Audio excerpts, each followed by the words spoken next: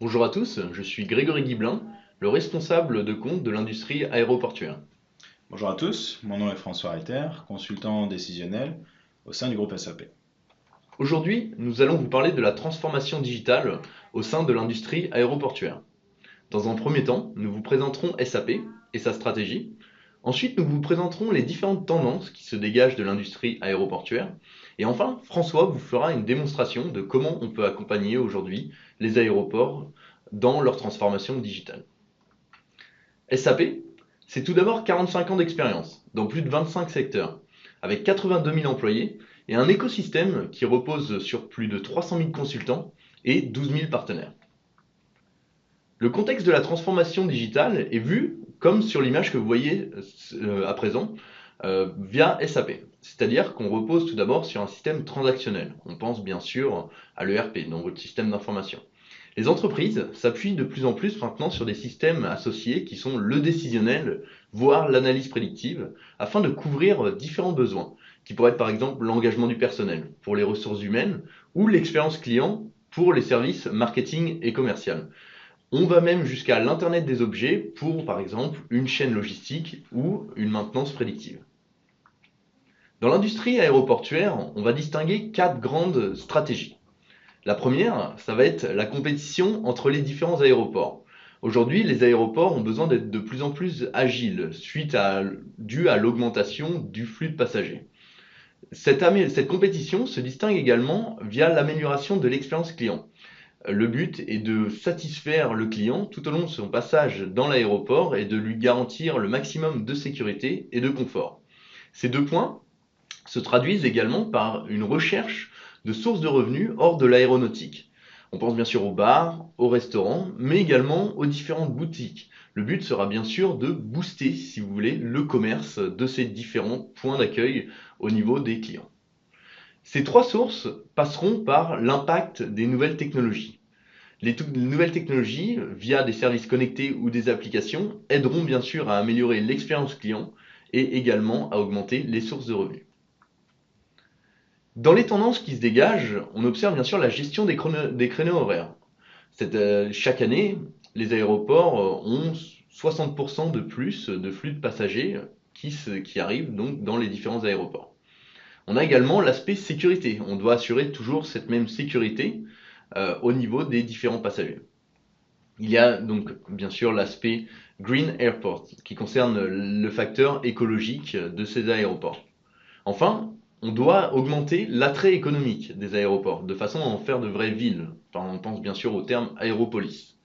Et bien sûr, réduire les temps d'attente de façon à augmenter la satisfaction des différents clients. Avant de laisser la main à François, je vais vous montrer à travers une petite vidéo comment peut se traduire la transformation digitale des aéroports aujourd'hui. Tout d'abord, via les objets connectés. Les objets connectés qui sont dans les avions, par exemple, ou les appareils de manutention. Ensuite, dans un deuxième temps, via l'expérience du passager. Comment? Via les données que celui-ci aura enregistrées et qui seront traduites par une application mobile qui lui permettront d'avoir un accès sur les différents vols ou par exemple les différents retards. Enfin, sur les sources de revenus hors de l'industrie aéroportuaire, c'est-à-dire tout ce qui est boutique, restaurant ou bar, qui permettront d'avoir une visibilité sur le chiffre d'affaires généré et de booster l'économie de ces sources de revenus. Maintenant, je vais laisser François qui va vous montrer où est-ce que toutes ces données arrivent. Donc elles arrivent dans un seul point, comme vous pouvez le voir sur cette vidéo, et comment ça se traduit directement à travers une de nos démonstrations.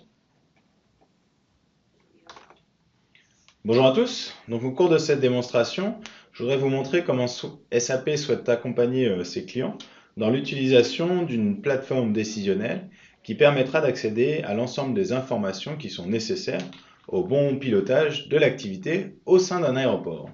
Alors comment cela se traduit? Donc au cours de cette démonstration, je vais me mettre dans la peau de différents profils utilisateurs et je vais aborder différents aspects d'analyse. Donc dans un premier temps, je vais aller dans cette chambre des opérations et je vais vous montrer comment un utilisateur va pouvoir suivre l'activité générale de son aéroport avec un tableau de bord dédié et zoomer sous différents niveaux d'information en fonction d'alertes qui lui seront poussées. Dans un deuxième temps, j'irai donc dans cette partie, la Customer Experience, pour vous montrer comment une personne pourra suivre l'expérience des différents passagers au sein d'un aéroport, malgré les aléas que l'on peut malheureusement rencontrer dans un aéroport, comme par exemple un avion qui pourrait avoir un retard. Et dans un dernier temps, j'aborderai la flotte connectée, donc la flotte au sol, qui permet de faire la bonne gestion des avions au sol, et également la gestion, la manutention de l'ensemble du matériel lié aux passagers. Donc comme je disais, je vais commencer par cette partie, donc la chambre des opérations. Et ici, donc comme on peut le voir, on a un utilisateur qui va accéder à l'ensemble des indicateurs clés qui sont propres à l'activité d'un aéroport. Donc on le voit d'abord sur la partie de gauche, on a des notifications qui sont poussées au travers des flux RSS tout simplement. Donc des flux RSS qui vont me permettre de voir différentes alertes, comme on peut le voir, en fonction des abonnements que l'on souhaite avoir et que l'on souhaite générer sur ce tableau de bord. Mais je vais également avoir d'autres indicateurs. Donc des indicateurs liés par exemple aux retards principaux pour les avions en arrivée. On sait que c'est quelque chose qui est particulièrement important et ce de pouvoir suivre au fil du temps dans la journée, mais également à travers des informations en live. Donc ici, on peut le voir qu'on a progressivement un retard cumulatif sur une tranche horaire de 19 à 20h, 21h, et une baisse du retard très certainement liée à la baisse de la fréquentation de l'aéroport à partir de 22h. Mais ici, c'est important de pouvoir aller dans ce niveau de détail, d'avoir ce niveau de détail d'un point de vue temporel, mais également, on peut envisager d'avoir, on le voit ici, on a une distribution des retards en fonction des provenances, à un niveau un petit peu macro. On peut envisager d'avoir un niveau de zoom, de pouvoir zoomer sur chacun de ces niveaux, si on souhaite avoir le détail des avions au niveau, en ayant une provenance européenne, on pourra avoir le détail de la provenance européenne et ainsi de suite, de même pour l'Amérique du Nord, l'Amérique du Sud, euh, pour avoir plus de finesse dans la compréhension des informations qui viennent peupler cet indicateur, ce KPI. On a d'autres indicateurs, par exemple ici la disposition et la répartition des aéroports en fonction des différents terminaux de l'aéroport. On a d'autres indicateurs comme l'usage de l'ensemble des véhicules propres dans l'aéroport. Et on a d'autres indicateurs liés à la répartition des revenus et ainsi de suite au sein de l'aéroport. Maintenant, si je disparais, je voudrais vous montrer un indicateur ici qui va être intéressant puisqu'on voit un niveau d'alerte, et c'est quelque chose qui est de plus en plus important au sein des aéroports, lié à la gestion de la sécurité. Donc ici, on le voit, on a une alerte sur le temps d'attente. On le voit ici, le temps d'attente sur les 3 lignes de sécurité que possède l'aéroport. Et on le voit sur la ligne de sécurité numéro 3. On a un temps d'attente, un délai, qui est particulièrement significatif puisqu'il vient multiplier par 3 le temps d'attente qui devrait être prévu sur les lignes de sécurité. Alors ce qu'on va faire ici, c'est qu'on va cliquer sur cet indicateur pour avoir un peu plus d'informations et pour voir un petit peu plus de détails. Donc si j'apparais à nouveau, donc ici j'ai cliqué et je suis allé naviguer sur une deuxième partie donc qui me permet d'avoir plus d'informations sur justement les lignes de sécurité. On voit le détail de mon activité de sécurité sur cette troisième ligne de sécurité de mon aéroport. Et on va le voir, par exemple, on a un certain nombre d'informations en termes de répartition sur le temps, sur le nombre de comptoirs qui sont ouverts, sur le temps d'attente normal, sur les lignes normales, pardon, sur les lignes prioritaires, et la répartition, vous le voyez, des forces de sécurité en fonction de l'activité qu'on pourra avoir au sein de l'aéroport. Et on le voit ici, on a justement un pic d'activité sur le créneau de 2-3 heures, alors qu'on a également un nombre de lignes qui sont ouverts, qui sont moins importants. On va pouvoir faire une simulation de l'activité, comme on peut le voir ici. Et on voit qu'on commence à avoir une congestion assez importante à partir de 2 et de 3 heures, ce qui vient traduire de façon plus visuelle la distribution et la répartition des passagers au sein de cette ligne de sécurité. Donc ce qu'on va faire ici, c'est qu'on va cliquer sur une suggestion qui nous est proposée. Vous le voyez ici, on a une répartition des forces de travail qui viennent intervenir sur cette ligne de sécurité. On a 34 qui sont planifiées, on a 14 qui sont en attente. Et si je disparais à nouveau, on a une suggestion de 7 personnes. Donc ici, c'est grâce aux calculs qui peuvent être réalisés, des calculs prédictifs ou l'ensemble de l'intégration justement de cette compétence qu'on a pu développer au sein de Business Object sur l'intégration de moteurs prédictifs dans notre applicatif décisionnel. Donc on va avoir des suggestions qui pourraient être proposées, par exemple ici sur les forces de travail, au regard de différentes informations. Donc on pourrait envisager d'avoir l'intégration d'informations de type l'évolution des passagers, du fait de la connaissance des vols qu'on va avoir, du fait des connaissances qu'on va avoir de la fréquentation future de l'aéroport, donc au-delà de l'aspect simplement historique, analyse historique des informations. Et si je me décale à gauche, donc ce qu'on va faire, c'est qu'on va accepter la suggestion ici qui m'est proposée par la plateforme.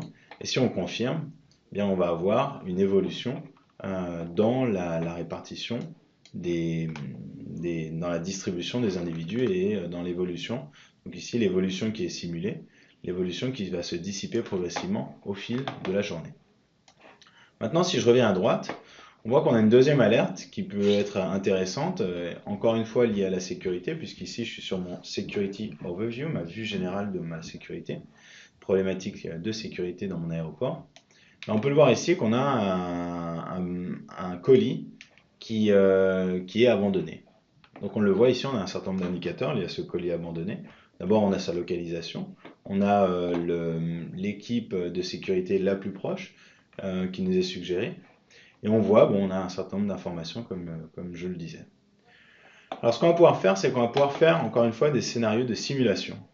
Donc on va pouvoir faire des scénarios de simulation d'abord liés à ce qui nous est proposé. Donc ici on voit, on nous est proposé d'aller envoyer 2 personnes avec des chiens, avec des équipes, ainsi de suite. Donc je vais valider ce plan d'action afin d'envoyer directement cette équipe. À partir de là, cette équipe sera envoyée et ce qu'on va vouloir faire également, c'est faire un plan d'évacuation. Et donc c'est précisément ici on va faire des scénarios de simulation. Si je me décale sur la gauche, on va faire des scénarios de simulation pour voir dans quelle mesure le plan d'évacuation va impacter plus ou moins l'aéroport et la fréquentation, l'activité de l'aéroport. Donc on le voit, les plans d'évacuation ont des impacts sur les passagers, sur le nombre de portes de sécurité, sur le nombre d'avions qui viennent au sein de l'aéroport. Et on le voit ici, on a un délai prédit d'attente, un predicted delay d'attente sur les différents avions. Donc on le voit puisque c'est encore une fois un système qui est connecté en live à l'activité de l'aéroport. On voit qu'on va avoir des problématiques sur l'avion LH622 avec un retard de plus de 60 minutes et plus de 550 passagers, sur l'avion OS124 et ainsi de suite. Et on le voit qu'on va avoir également des forces de sécurité qui seront exigées, qui seront nécessaires pour gérer cette activité liée au plan d'évacuation. On va le voir également sur la cartographie ici. On aura un certain nombre de boutiques qui seront impactées. Donc on voit qu'on a 4 boutiques qui sont fermées. On a la deuxième équipe de sécurité qui doit intervenir, et ainsi de suite. Alors je vais peut-être un petit peu réduire ce plan d'évacuation, qui est peut-être un petit peu ambitieux, au regard de la première analyse que je pourrais faire de ce colis abandonné. Bien sûr, on pourra adapter le plan d'évacuation. Je réduis ce plan d'évacuation simplement 15 mètres. Je confirme le plan d'action, et à partir de là, les équipes sont envoyées, et le plan d'évacuation est mis en place au regard de ce que j'ai souhaité réaliser. Et on le voit ici, donc j'ai une nouvelle alerte qui a été créée, liée précisément à ce colis abandonné. Donc maintenant, si je reviens à ma page d'accueil, donc comme vous le voyez ici, donc je vous ai présenté brièvement comment un utilisateur allait pouvoir accéder à sa chambre des opérations, permettant d'avoir le pilotage de son activité sous différents aspects. Donc on a vu, on avait des aspects sécurité, c'est ce que je vous ai montré de prime abord. On a d'autres aspects, comme les aspects liés à la gestion des revenus, les aspects liés à la fréquentation de l'aéroport, et ainsi de suite. Maintenant, je voudrais vous montrer comment un utilisateur va pouvoir accéder et optimiser l'expérience utilisateur des passagers au sein de son aéroport. Donc ici, dans ce deuxième aspect de la présentation, ce qu'on va voir, c'est que on a de plus en plus des utilisateurs qui sont connectés et on va pouvoir tracer ces utilisateurs connectés sous différents aspects.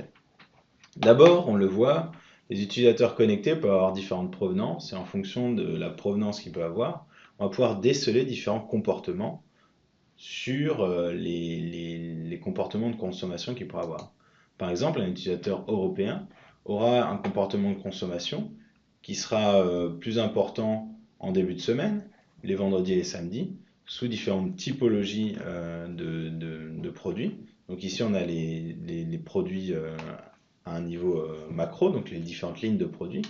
On pourrait zoomer à des niveaux inférieurs si on souhaite zoomer à des niveaux inférieurs, si on a une hiérarchie qui est définie, de telle sorte qu'on puisse avoir la composante de l'ensemble des produits alimentaires, des boissons, et ainsi de suite. Ce qui est intéressant également, c'est que, comme je vous le disais, on a des utilisateurs qui sont connectés, et on peut voir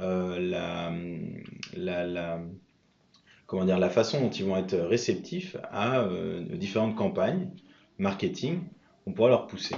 En l'occurrence, on voit que les utilisateurs européens qui proviennent d'Europe sont plus sensibles à des campagnes marketing qui sont poussées via les applications mobiles, qui seront plus sensibles à des campagnes marketing sur les canaux digitaux et ainsi de suite. Maintenant, si on veut voir la différence avec les utilisateurs asiatiques, on voit qu'ils auront on aura une campagne qui sera particulièrement importante, beaucoup plus importante sur le digital, sur le mobile, sur les réseaux sociaux, un peu moins sur le web. Et que eux, ce qui est intéressant de voir, c'est que les revenus sont relativement stables sur l'ensemble des jours de la semaine.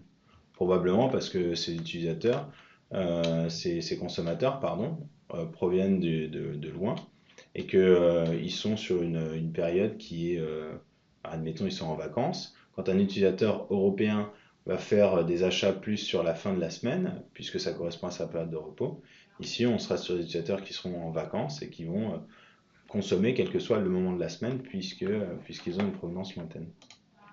On pourra faire la même analyse sur les utilisateurs qui proviennent de l'Amérique du Nord, et ainsi de suite. Donc maintenant, ce qu'on voit, pour rester sur cette partie Customer Experience, ce qu'on voit, c'est qu'on a encore une fois différentes alertes qui sont poussées. On le voit par exemple ici, on a eu une problématique liée à un retard sur un avion. Donc ce qui se passe, c'est qu'on voit qu'on a un retard sur un avion qui était de 45 minutes. Et ce qu'on va pouvoir faire, c'est qu'on va pouvoir augmenter la campagne marketing, ou en tout cas faire une campagne marketing un peu plus importante via différents canaux. Donc via le Wi-Fi en l'occurrence, pour pousser un certain nombre de notifications auprès de ces utilisateurs, via les différents supports qu'on a tels que les écrans de télévision, tels que les différents supports publicitaires qu'on pourra avoir dans l'aéroport.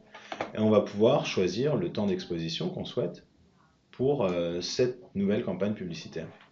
Et on le voit ici, si je me décale sur la gauche, je vais plutôt disparaître. Donc on le voit en fonction de l'exposition et du temps qu'on souhaite affecter à cette campagne, on va avoir des revenus qui seront plus ou moins importants pour les différents vendeurs qu'on a présents sur cette activité, sur cette zone du terminal. Alors maintenant, si je reviens, après avoir validé cette campagne, si je reviens sur la distribution de ma zone géographique, on va le voir ici, on aura, grâce à cette campagne, généré une augmentation des revenus, en l'occurrence sur ces 3 différents secteurs d'activité.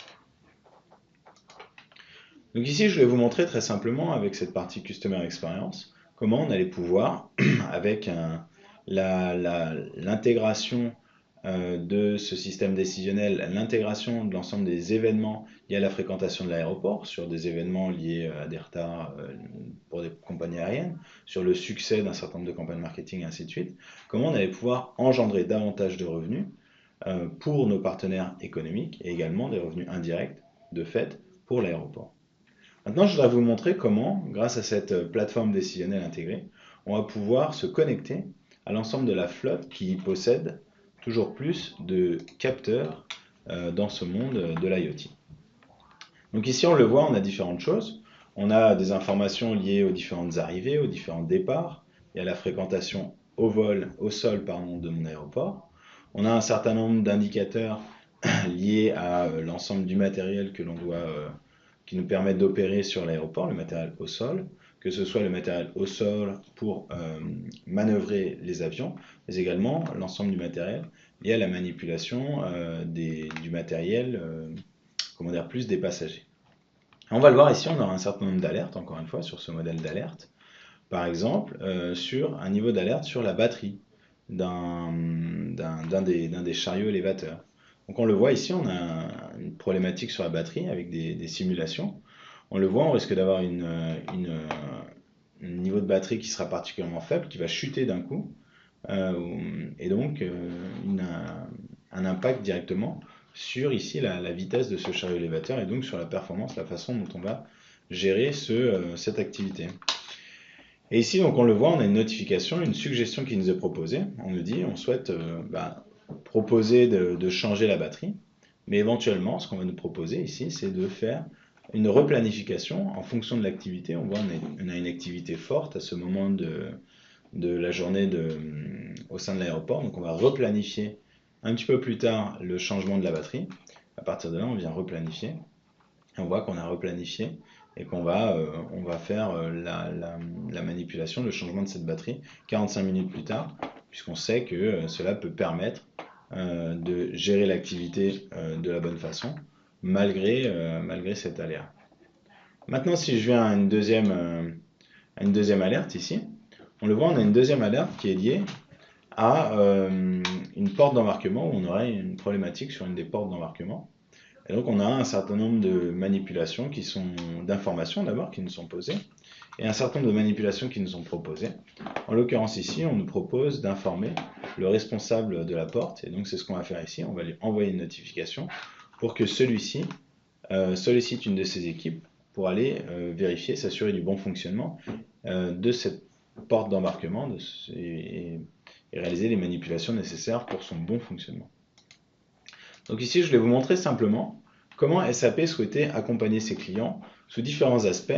Donc c'est une présentation qui a été assez brève, mais je vais vous montrer comment SAP souhaitait accompagner ses clients sur ces différents aspects, qui sont la création d'une chambre des opérations pour avoir un cockpit général, une tour de contrôle sur l'activité de l'aéroport, et que les opérations, l'activité d'un aéroport maintenant ne revêtait pas simplement des aspects de gestion de la sécurité, de gestion du flux aérien, mais également on souhaitait de plus en plus optimiser l'expérience de consommation des passagers au sein de l'aéroport, et que dans ce monde toujours plus connecté, on avait des problématiques liées à la flotte connectée, et comment on allait pouvoir simplement avoir une vue générale de l'activité de son aéroport au sein de ce monde toujours plus connecté. Donc je vous remercie d'avoir regardé cette vidéo et je passe la main à Grégory pour continuer cette présentation. Merci François pour cette démonstration riche d'enseignements. Voici maintenant une slide qui présente comment SAP accompagne l'industrie aéroportuaire aujourd'hui.